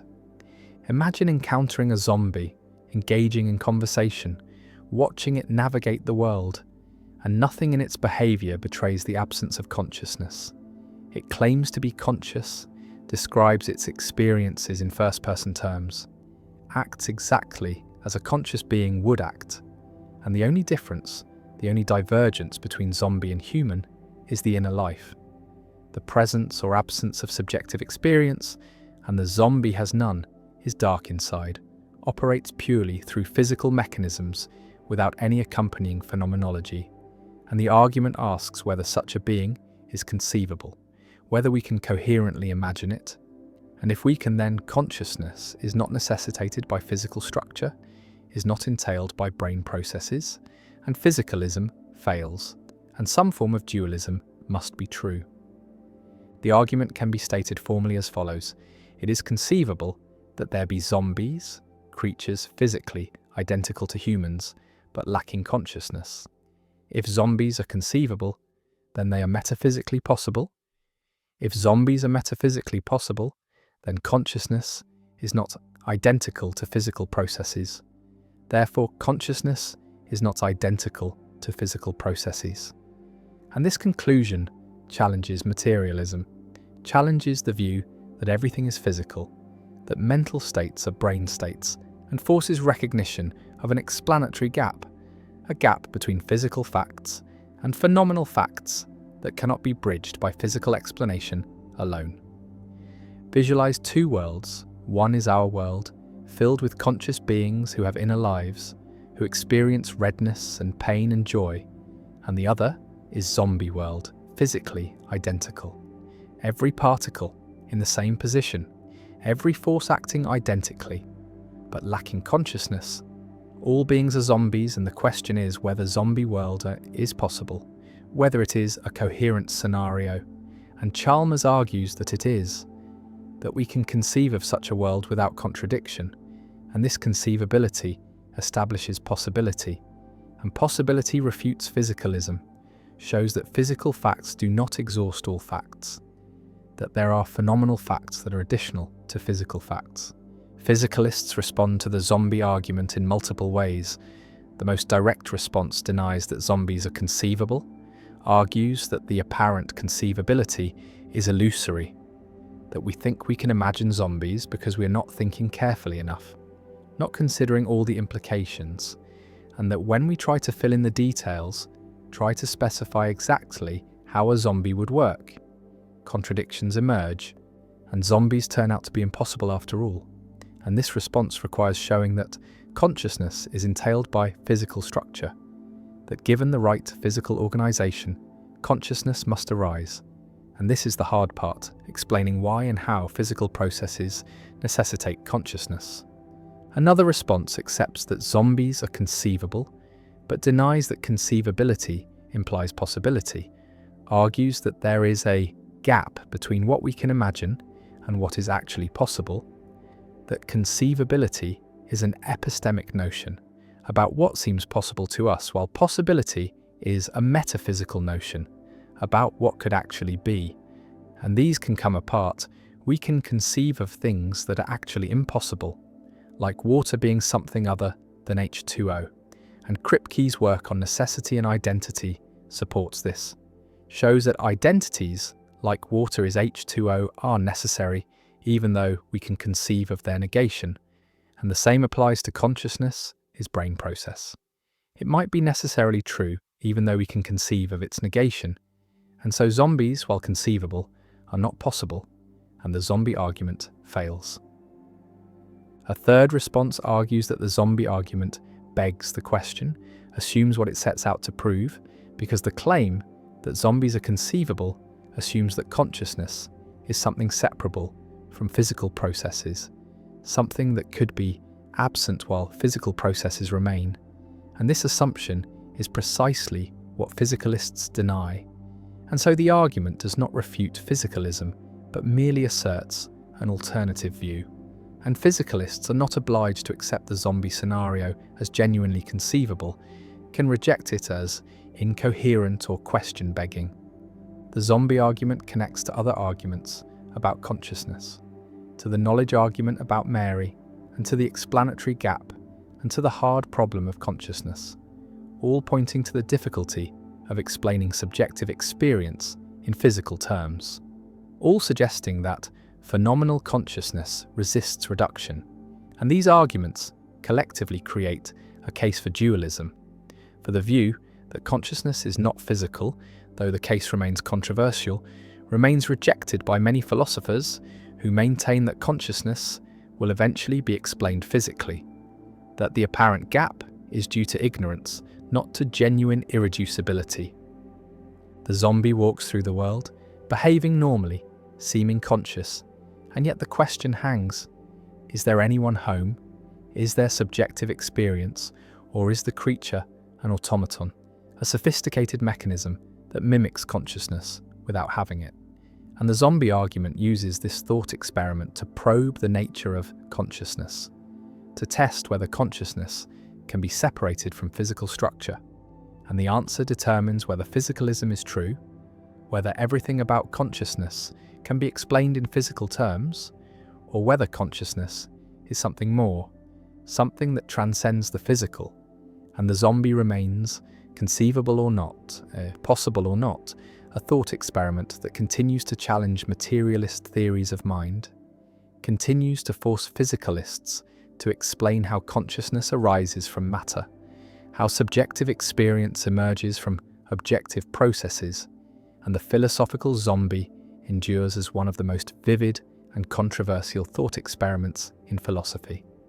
A creature that may be impossible, but whose mere conceivability threatens physicalism, whose imagined existence reveals the explanatory gap between brain and mind, between matter and consciousness, and whether zombies could exist remains disputed, remains a test case for theories of consciousness, and the zombie argument persists as a central challenge to the view that science can explain everything, that physical facts exhaust all facts, and that consciousness is nothing more than brain processes arranged in certain ways. The paradox of free will, why choice seems both real and impossible. A person stands at a crossroads, two paths diverging, and must choose which way to go. And the person deliberates, weighs options, considers consequences, and makes a decision, chooses one path. And this choosing feels free, feels like the person could have chosen otherwise, like the decision was truly up to them, genuinely within their control.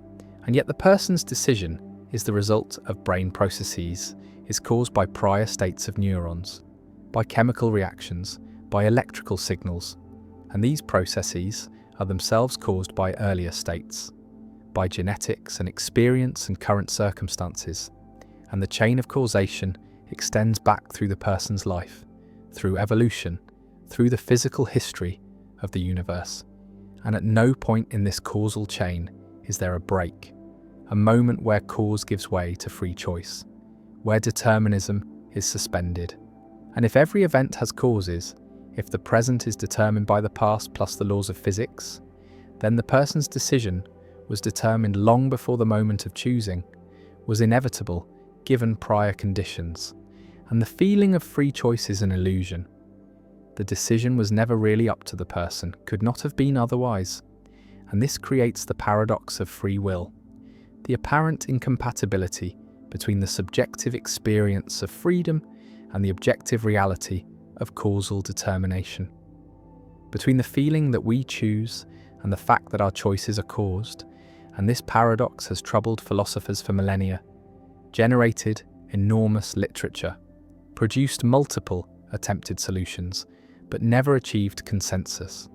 And the problem persists as one of the central questions in philosophy, ethics, and the nature of human agency.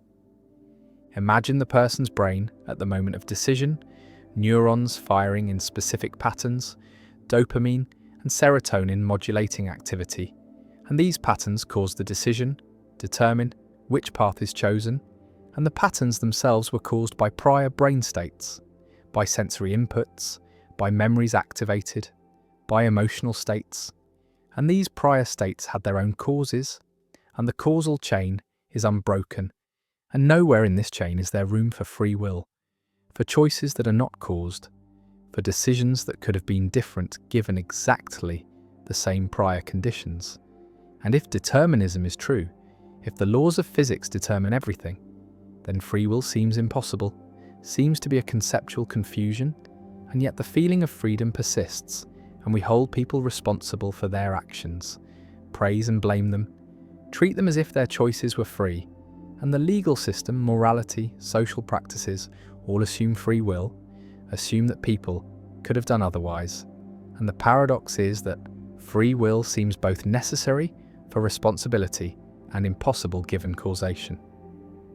The paradox generates three main positions: compatibilism, which says free will is compatible with determinism, incompatibilism, which says they are incompatible, and libertarianism, not political libertarianism, but metaphysical libertarianism, which accepts incompatibility and argues that determinism is false, that humans have genuine free will, and different philosophers defend each position with different arguments, and no consensus emerges, and the debate continues, and the paradox remains unresolved, and perhaps unresolvable, and this might reflect a deep feature of human existence, that we cannot escape the feeling of freedom even if we become convinced intellectually that freedom is impossible, that the first-person perspective of deliberation requires treating ourselves as free even if the third-person perspective of science shows that we are determined.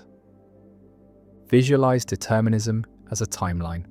The state of the universe at one time, plus the laws of physics, determines the state at the next time. And this determination is complete, includes everything, includes brain states and decisions, and the timeline is like a film that has already been recorded, and we are living through it, experiencing events as they unfold. But the sequence is fixed, was fixed by initial conditions billions of years ago, and our decisions are frames in this film, are determined by previous frames. And no alternative timeline is possible given the initial conditions and the laws. And if this picture is correct, then the feeling of having options, of being able to choose differently, is illusory. We could not have chosen differently. The decision was already encoded in the prior state of the universe, and we are not free. Compatibilists respond that this picture misunderstands what free will requires, that free will does not require the ability to have chosen differently given exactly the same prior conditions, does not require breaking the causal chain, but only requires that our choices flow from our own desires, values, character, that we are not coerced, not forced, not manipulated, and as long as the person's decision resulted from their own deliberation, their own reasons, they acted freely, even though their deliberation was caused, even though their reasons were determined. And free will is compatible with determinism because free will is about the source of action, about whether it comes from the agent's own psychology, not about whether it is uncaused. Incompatibilists reject compatibilism, argue that if determinism is true, then everything we do was determined by factors beyond our control, by genetics we did not choose, by environments we did not create, by causal chains that began before we were born, and we are not genuinely responsible for actions that were determined by factors beyond our control. And compatibilist free will is not real freedom, but is a verbal trick, is redefining freedom to make it compatible with determinism, and genuine freedom, the kind required for moral responsibility, requires that we could have done otherwise, requires that our choices are not determined. And since determinism is probably true, given physics, genuine free will probably does not exist, and moral responsibility is problematic. Libertarians argue that determinism is false, that quantum mechanics shows that the universe is not deterministic, that there is genuine randomness, genuine indeterminacy at the quantum level, and this indeterminacy allows for free will, allows for choices that are not determined by prior states. But critics respond that randomness is not freedom, that random neural processes do not give us control over our actions, do not make us responsible, and adding randomness to determinism does not create free will, creates only determinism plus chance, and neither determination nor chance gives us the control required for responsibility. The paradox of free will also has practical implications for criminal justice, for morality, for how we treat each other, because if free will is an illusion, then punishment seems unjustified, seems cruel, and blame seems inappropriate, and we should respond to harmful behaviour with rehabilitation or prevention rather than retribution. And yet the practice of holding people responsible seems essential to social life, seems unavoidable even if philosophically problematic, and we continue to blame and praise, punish and reward, as if free will exists, and perhaps this is necessary. Perhaps human social life requires treating people as responsible, even if the metaphysical foundations are shaky. The person stands at the crossroads, deliberates, chooses, and walks down one path, and whether this choice was free remains disputed, remains one of philosophy's hardest questions, and the paradox endures. Free will seems both essential and impossible, both real and illusory, and the tension between these perspectives remains unresolved, and perhaps the tension is permanent, is a feature of human existence that cannot be eliminated, that we must live with the subjective feeling of freedom while recognizing the objective reality of causation, and the paradox of free will persists as a permanent puzzle about human agency, about responsibility, about whether we are authors of our actions or merely characters in a predetermined story. And the question remains open, continues to generate debate, continues to matter for ethics and law and self-understanding. And the crossroads remains, the paths diverge, the choice is made, and whether it was truly free remains one of philosophy's deepest and most enduring questions. The Phi phenomenon, why motion is an illusion your brain creates. Two lights flash in sequence. First, one light turns on and off. Then a moment later, another light nearby turns on and off. And yet what you perceive is not two separate flashes, but a single light moving from the first position to the second. Continuous motion where there is none. Smooth travel through space that never occurred. And this is the Phi phenomenon, discovered by Max Wertheimer in 1912. A fundamental illusion that reveals how the brain constructs the perception of motion, shows that motion is not simply detected from sensory input, but is created, is synthesized by the visual system from discrete static images. And the Phi phenomenon is the principle behind movies and television, where still frames flashed rapidly create the illusion of continuous motion, where characters seem to move smoothly when they are really just a sequence of frozen images. An understanding Phi reveals that all motion perception involves construction, involves the brain interpreting changes and inferring movement. And motion is not a basic sensory property, but is a higher level interpretation.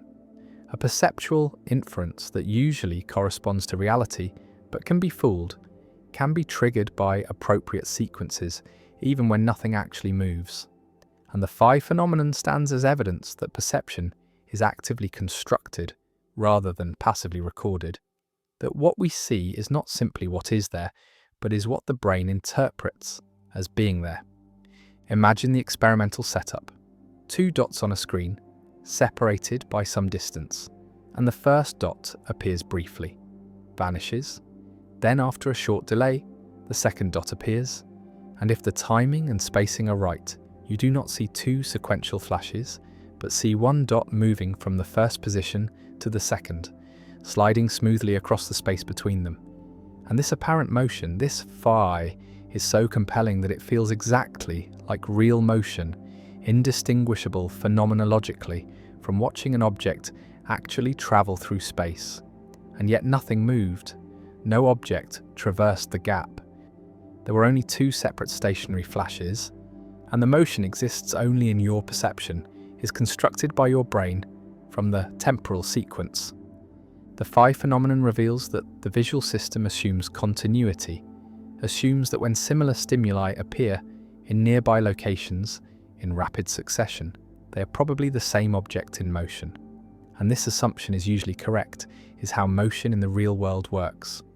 Objects move continuously from place to place, and perceiving them as moving requires detecting this spatio-temporal pattern, and the visual system has evolved to detect this pattern efficiently, to infer motion from sequences of static retinal images, and Phi exploits this mechanism, presents the pattern without the actual motion, and the brain responds as it normally does, constructs motion perception, and the illusion demonstrates that motion is not directly given in sensation, but is computed from changes in position over time. Visualize motion perception as involving motion detectors, neurons that respond to changes in position, to objects moving across the visual field, and these detectors can be activated by real motion or by appropriate sequences of static stimuli. And Phi activates these detectors, creates the neural signature of motion without actual motion. and the brain cannot distinguish between motion signals caused by real movement and motion signals caused by phi sequences. And so phi creates genuine motion perception, creates the subjective experience of seeing something move. And this shows that motion perception is a neural state that can be produced by different causes, by real motion or by well-timed sequences. And the experience is the same, regardless of cause.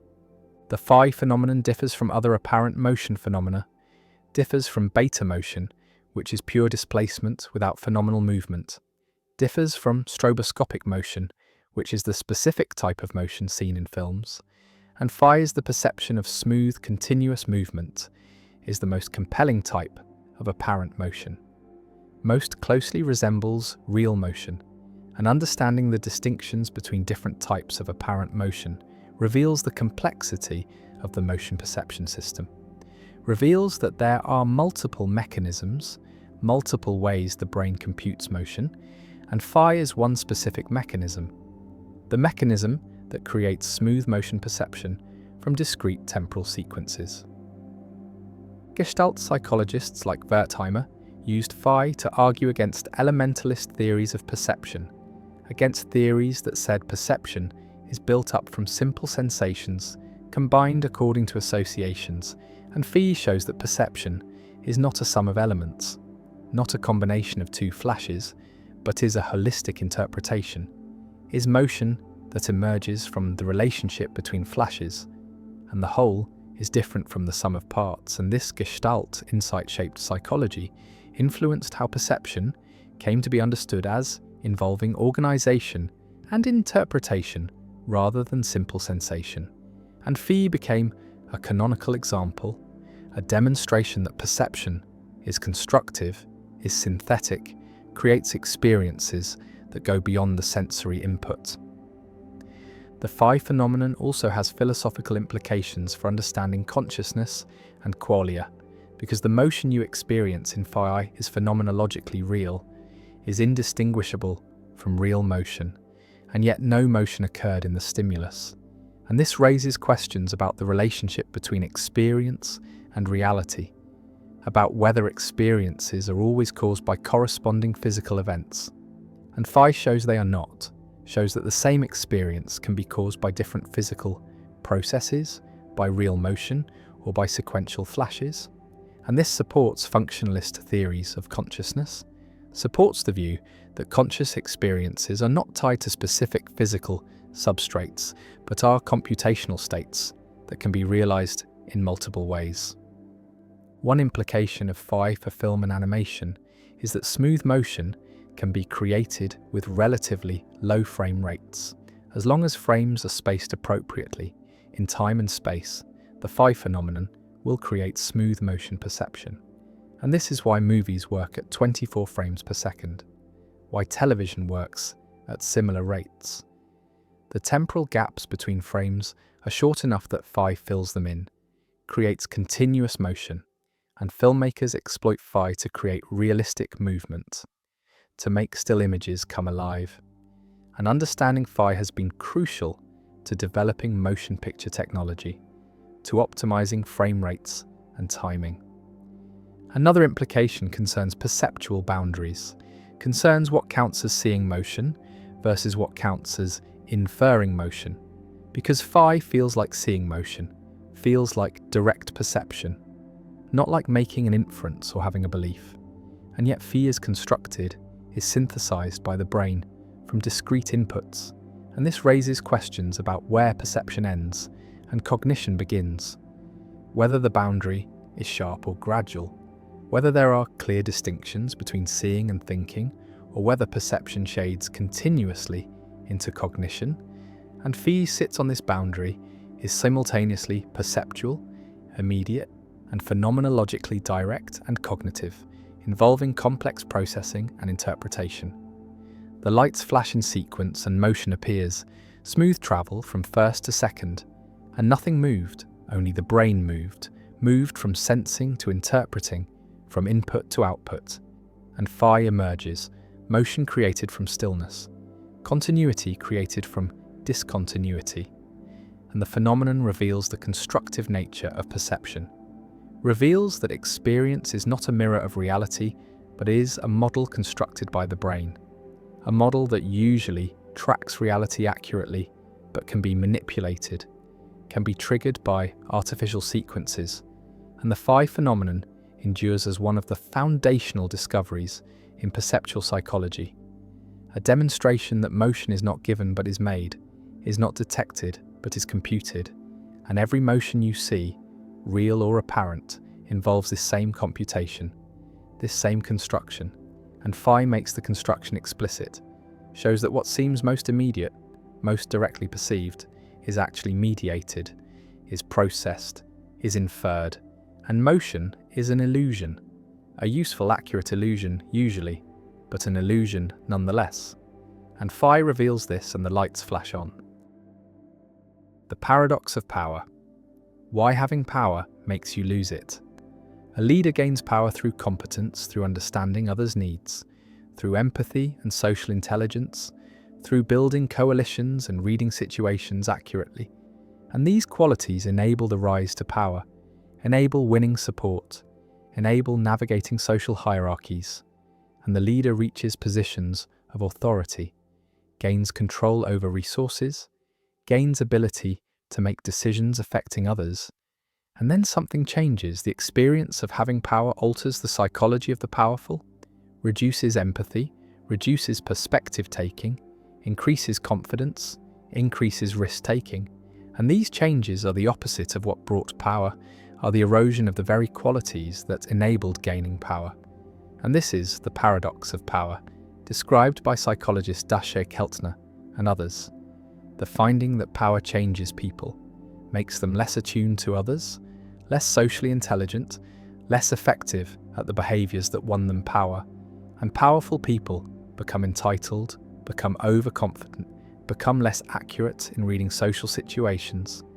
And these changes lead to misuse of power, lead to decisions that harm subordinates, lead to loss of support, and eventually lead to loss of power itself. And the paradox shows that power contains the seeds of its own destruction, that having power undermines the qualities necessary to maintain power. And this cycle explains the rise and fall of leaders, explains why initial competence gives way to corruption or incompetence, explains why power corrupts. And the paradox has implications for understanding leadership, for recognizing that power is dangerous, that maintaining power requires deliberate effort to preserve the qualities that win power, requires resistance to the psychological effects of having power. Imagine the psychological changes that occur when someone gains power, gains control, gains authority, and research shows that power activates the behavioral approach system, increases focus on rewards, increases willingness to take risks, and simultaneously, power deactivates the behavioral inhibition system, reduces attention to threats, reduces concern about others' reactions, and these changes make powerful people more action-oriented, more decisive, but also less careful, less considerate. And experiments demonstrate this, show that people primed to feel powerful are more likely to interrupt others, to speak out of turn, to violate social norms, to take what they want without considering others, and powerful people literally see less, attend less to others' emotions, are worse at identifying facial expressions, are less accurate in reading social cues. And this reduced social intelligence is ironic because social intelligence is what typically wins power, is what enables navigating social hierarchies, and power reduces the very capacity that was necessary to gain it. The paradox of power demonstrates that power is self-undermining, that the experience of having power changes people in ways that make them worse at wielding power, that the psychological effects of power include overconfidence, reduced empathy, increased risk-taking, reduced constraint, and these effects lead to mistakes, lead to alienating subordinates, lead to poor decisions, and eventually lead to loss of power. And the cycle repeats. New leaders rise through empathy and social intelligence, gain power, lose these qualities, make mistakes, lose power. And the paradox is that the qualities needed to gain power are different from or opposite to the psychological effects of having power. And this mismatch drives the cycle, drives the rise and fall of leaders. And preventing the cycle requires awareness, requires powerful people to recognize the psychological effects of power and deliberately compensate, deliberately maintain empathy, deliberately attend to others, deliberately resist the natural effects of power. Visualize the paradox as a feedback loop. Gaining power reduces empathy. Reduced empathy leads to poor decisions. Poor decisions alienate supporters. Alienated supporters withdraw support. Withdrawn support leads to loss of power, and the loop is negative, is self-reinforcing, is a cycle that drives powerful people toward downfall. And breaking the loop requires intervention, requires powerful people to resist the psychological effects of power, requires institutional checks that constrain power, requires cultures that maintain accountability, and without such mechanisms, the loop runs its course. Power leads to its own destruction, and the paradox unfolds. One mechanism underlying the paradox is the disinhibition effect, the finding that power reduces inhibition, reduces self-regulation, reduces the internal constraints that normally prevent people from acting on impulses, and powerful people feel freer to do what they want. Feel less constrained by social norms, feel less concerned about consequences, and this freedom can be positive, can enable decisive action, can overcome excessive caution, but it also leads to inappropriate behavior, leads to violations of norms, leads to taking advantage of others, and the disinhibition effect explains many abuses of power, explains why powerful people harass subordinates, why they take liberties, why they feel entitled, and the effect is not intentional. Malice, but is psychological change caused by having power, is reduced inhibition that allows latent tendencies to manifest. Another mechanism is the decreased perspective taking, the finding that power reduces the ability and motivation to understand others' perspectives, to imagine how situations look from others' viewpoints, and powerful people focus on their own goals, their own needs, and pay less attention to others. And this reduced perspective taking makes powerful people worse at negotiation, worse at building consensus, worse at understanding how their actions affect others, and these deficits undermine effectiveness, undermine leadership, and create the conditions for losing power. And the paradox is complete. Power reduces the social intelligence needed to maintain power.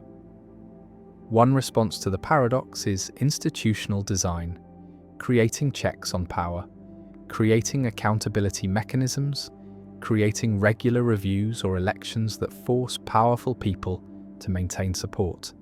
And democratic systems embody this, have regular elections that remove leaders who lose support, and corporate boards have review processes.